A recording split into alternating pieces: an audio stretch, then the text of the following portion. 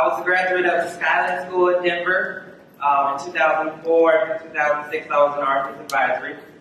I do have a speech here, but I'm not going to read it verbatim. There are a couple things that I do want to make sure I connect with everyone about.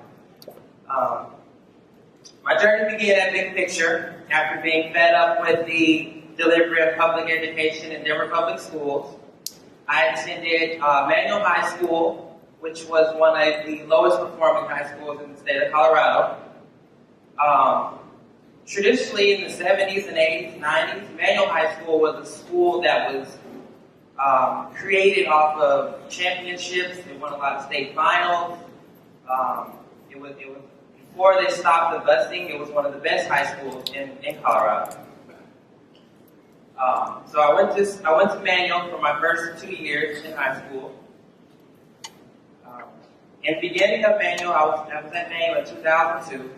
And my freshman year was a little rough. I had to adapt to the transition from being bused from across the state, going to school down the street, and no longer interacting with the students that I had in the elementary and middle school with.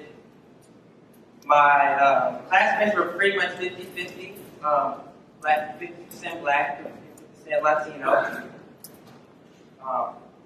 But the thing that was different about Manual once they stopped the busing was that the school environment changed. Hallways were full of fashion shows. You would walk through the halls at Manual High School and you find out who had the latest Jordans, or you try to see who had them first. It was full of drugs. People were having sex in cars in the parking lot. The violence got really out of hand on a weekly basis. I remember the Denver Police Department actually assigned a unit to our school to patrol. When you go to school, you had to have metal detectors zap you down, they spin your fingers to see if you were smoking pot. It got really rough. Around my sophomore year, I was not really motivated about going to school. I always was book smart, and I do my work and just like, yeah, here, homework. But I wasn't motivated about going to school. I went to school maybe about 2 days a week. I remember getting dropped off at school, waiting for the bell to ring, meet up with my friend, catch the train, and go downtown to Denver, 16th Street Mall, where the Colorado lady from Mapleton. Oh, there she is. But I remember going downtown, and during the winter, we'd go to 16th Street Mall. During the summer, we'd go to Six Flags and ride rides. And we left one theme park to go to another one. Halfway through my sophomore year, I get involved in a serious relationship, and I wanted to move out. My mom had me. I'm born in 88. February 29th. I'm born in 88, my mom's from 72. So we're real close in age. We have more of a brother-sister relationship. And we kind of, when I was an adolescent, we kind of bumped heads a lot. So I decided I was going to move out on my 16th birthday. I moved out, got 2 jobs. I worked at Sonic and Gap. Went to school, and even skipped school to go to work because I had to survive, living on my own then. I was working 2 jobs, about 60 hours a week, and going to school at Manual. And I was making millions cherry limeades and slushes and blue coconut slushes. And then one day, I was just like, I'm not going to be making cherry limeades for the rest of my life. And I was working at the Gap, and I probably fold a million polos. If you ever been to the Gap, the San Francisco people probably know what I mean. But the denim is like perfect. You can't touch it. And I used to be real good at folding denim, and I was sick of folding denim. So I just told my boss, like, I can't do this for the rest of my life. And I told her I'm gonna have to have a real regular schedule. I can't be working this permanent job. And so my brother told me about this school called Skyline. He said that Alan Smith, which is the former principal of our school, came knocking on the door, telling me about some school that you only go to school 3 days a week, and you have internship the other 2 days, and internship was something of your own choice. And I ignored my brother. I was like, that cannot be true. This is not going to work. I don't know what you're talking about, Malcolm, to my brother, but that's no way possible. So I kept going to Manual. I went to do my end of the year evaluation at Manual, and I was trying to find out what I would have to do to prepare for college. I know as 11th grader, you have to take the ACT mandated in Colorado. And I asked my college counselor, and I was like, well, I want to go to college, I think. And she said, I don't think you're going to be able to go to college. Maybe you should join the Army or go to, I think it was Job Corps, what they call it. And I was like, okay, well, I'll join the Army, join the Job Corps. And I was walking down the hallway, and I was just like, I'm going to join. I remember, I was thinking about it. I was like, okay, maybe I could join the military, but I was like, I don't want to join the Army. And I just went and withdrew from Manual. I withdrew that same day. And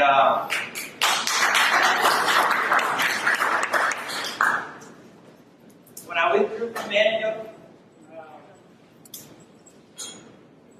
I stayed out of school for about a week, and I went to talk to my brother. I was still living on my own, and I was like, what school do you go to? And, tell me about your school. And so he was like, yeah, this is Skyland. He introduced me to Alan, the old principal at the time. And I began at Skyland. I finished, I think, the last month of my sophomore year at Skyland. And then I met Arthur. And Arthur changed my life.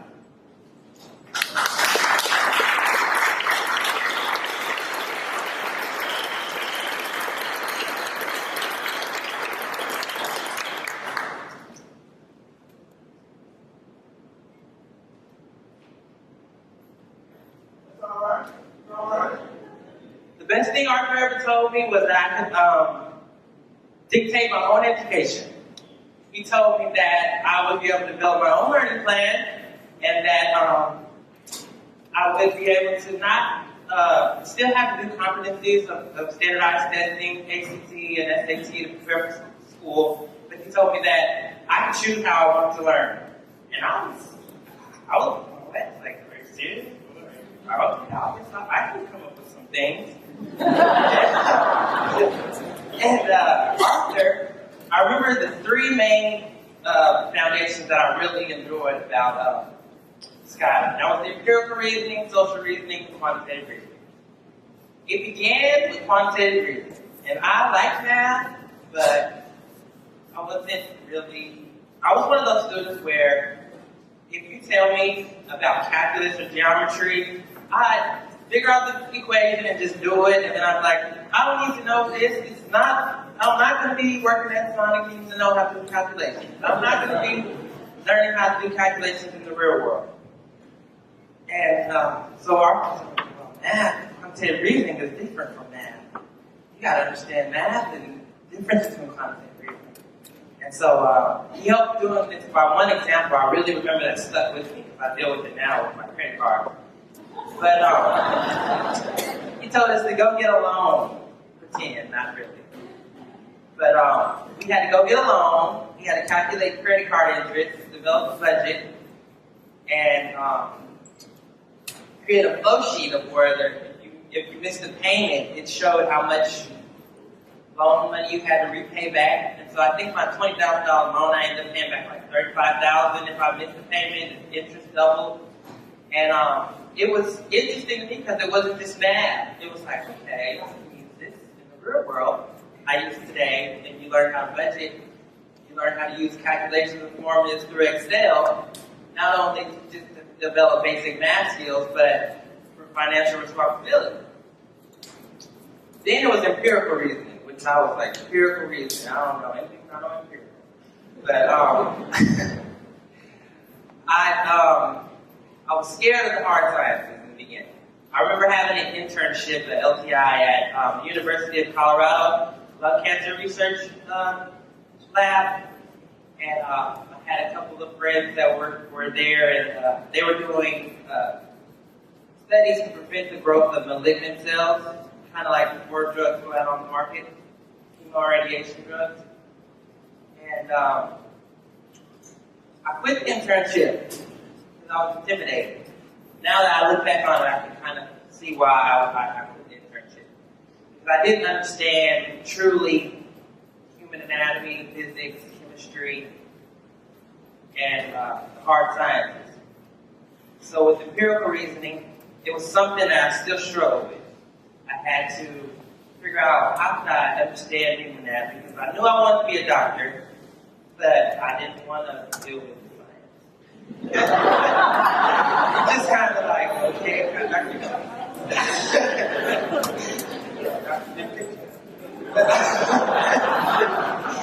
but social reasoning is what really hit the nail for me.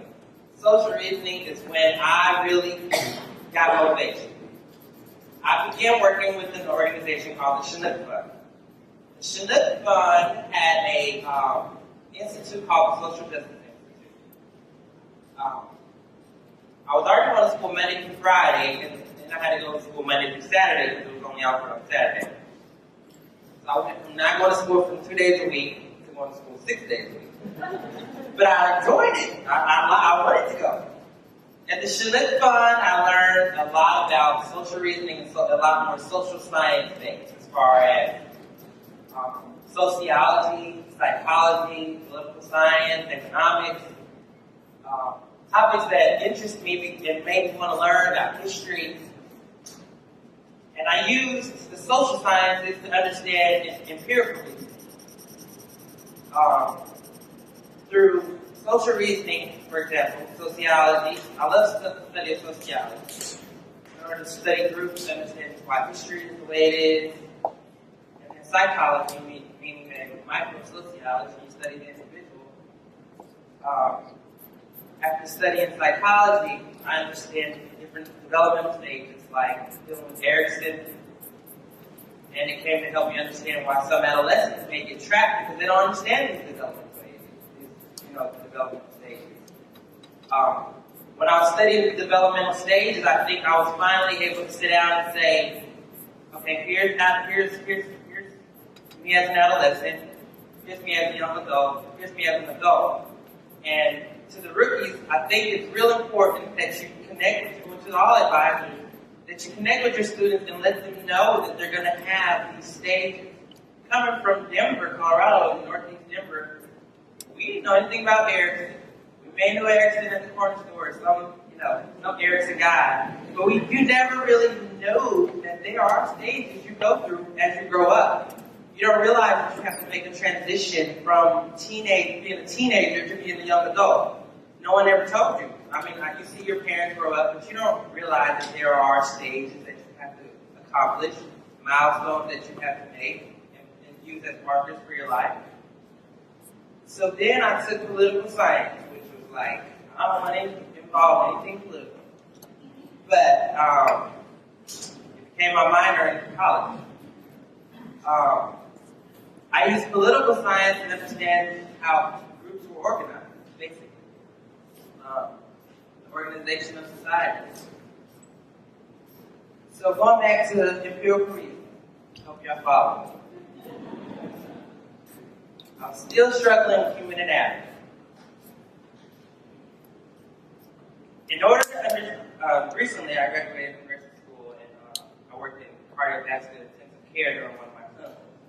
And the heart is, oh no, if anybody studies the heart, it's complicated. Chambers, there's valves, and microvalves, and this blood is not oxygenated, and that blood is deoxygenated. So I remember that blood flows through the heart on the conservative right.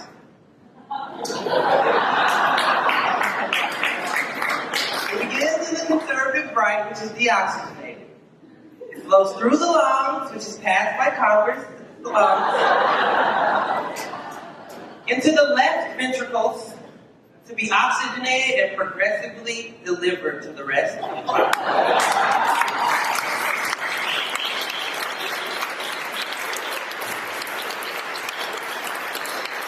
So, when I make it sum it all up, when I start combining my knowledge with empirical reasoning, social reasoning, and all together, I seen that I may have something here. I may deliver, but I even with immunity, I thought about it, and anybody knows the first line of defense in the human body is the skin, the border, and when the skin is broken, pathogens can enter. The same as with our borders here in America. When the borders are broken, we go through customs, cancer cells, terrorists, anybody can enter and cause disease, which is more of a sociology disease, not a human body disease. Natural killer cells are kind of like the body's marines. They see an antigen and they automatically attack. So you probably think I'm kind of weird, but I think that I really have gotten a grip on understanding medicine because of the social reasoning that I got through Arthur's advice. Manual, they would have said, here's the anatomy book, study that. Here's mathematics, study that. Here's chemistry, study that. And we have a test on Friday. And it's like, okay, well, what I need to know this for? Skyland helped me to bring it all together. And that was one of the beautiful things that I learned at Skyland. Currently, let me tell you about what I did after Skyland. After Skyland, I was awarded a Daniels Fund Scholarship, which was a full ride scholarship to any school in the United States. I decided to go to school in the South. It was kind of rough, but I made it. I live in Montgomery, Alabama right now. Last Friday, I graduated with my double bachelor's. I was president of my nursing class. I also have a social science major with a minor in political science.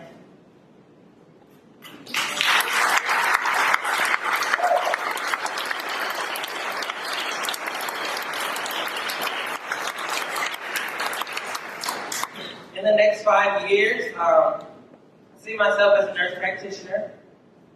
I want to work in primary care. I'm considering joining the Peace Corps to do public health in the third world.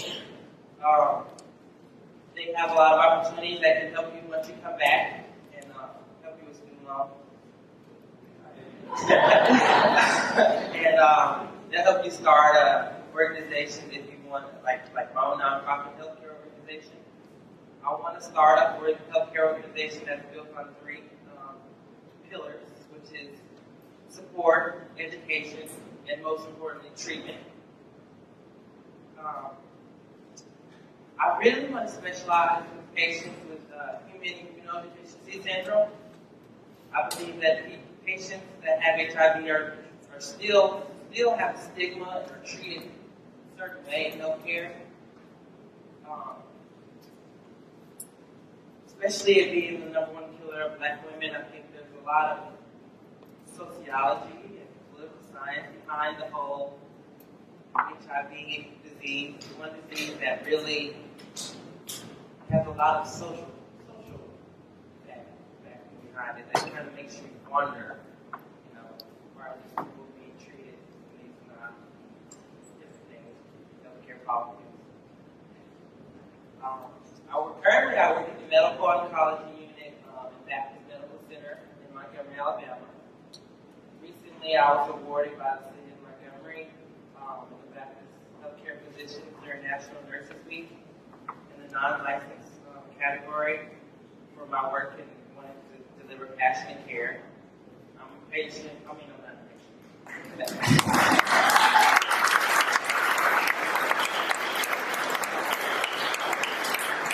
I'm a strong believer. We were talking yesterday about me becoming a doctor, and I kind of got away from that because I'm a nurse.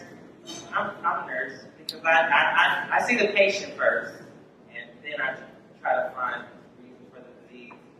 But like with hypertension and a lot of diseases and illnesses, I really think treat some of the psychological problems first and eliminate a lot of stress. The body can heal when there's no stress.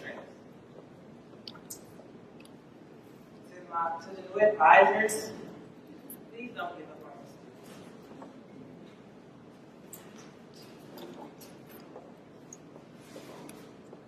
students. Because future graduates will be leaders of the new generation to come. There's nothing more important than having a positive support system.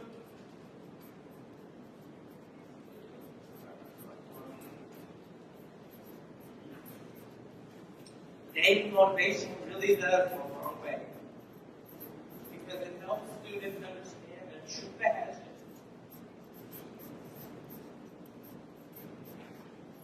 Nelson Mandela once said that education is the most powerful weapon you can use to change the world. And this is so true. And as a big picture family, I want everybody to realize that you are the change that you can see in education. Because I'm living proof. My brother is living proof. We come from a family where we didn't have dad, we didn't have father. Brother, he's been the best father to his son that I've ever known.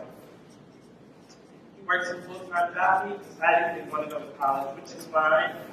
But his mentality has changed so much. He has been on his job for 4 years, something that I never would have thought my brother would have done. Wow. He was in high school.